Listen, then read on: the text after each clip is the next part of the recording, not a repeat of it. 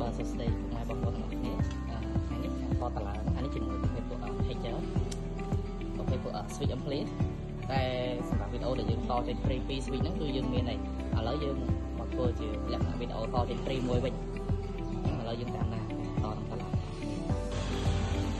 បាទដំបូងឡើយយើងត្រូវការខ្សែភ្លើងចូលសបខ្សែភ្លើងចូលយើងយកខាងភ្លើងគឺលេខ1បន្ទាប់មកយើងត្រូវការខ្សែមួយខ្នាតខ្លីដើម្បីយើងពងភ្លើងអញ្ចឹងយើងពងពីលេខ1បាទពីលេខ1ហ្នឹងគឺមកលេខ3អូ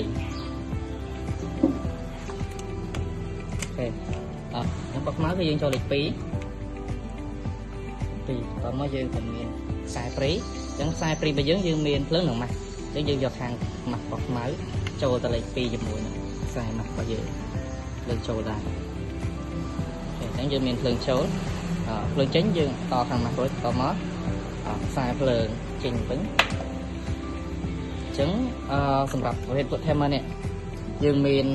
កាច់ចូលហើយនិងកាច់ចេញអញ្ចឹងបើសិនជាយើងតយកខាងកាច់ចេញបើកខាងកាច់ចេញចឹងបើកគឺយើងតយកលេខ4តែបើយើងយកខាងកាច់ចូលនេះបើកយើងយកលេខ5អញ្ចឹងដើម្បីជៀសវាងកុំឲ្យច្រឡំបើយើងតព្រីមួយយើងគួរតែយកខាងកាច់ចេញហ្នឹងបើកទៅ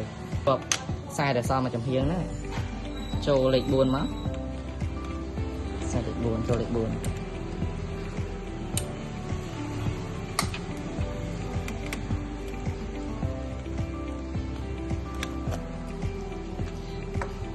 តែបើយើងតព្រី2អញ្ចឹង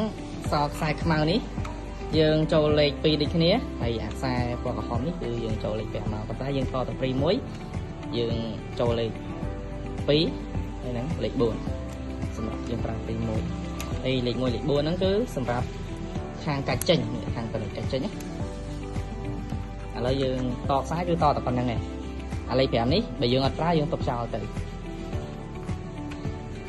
យើងដាក់ timer ចូល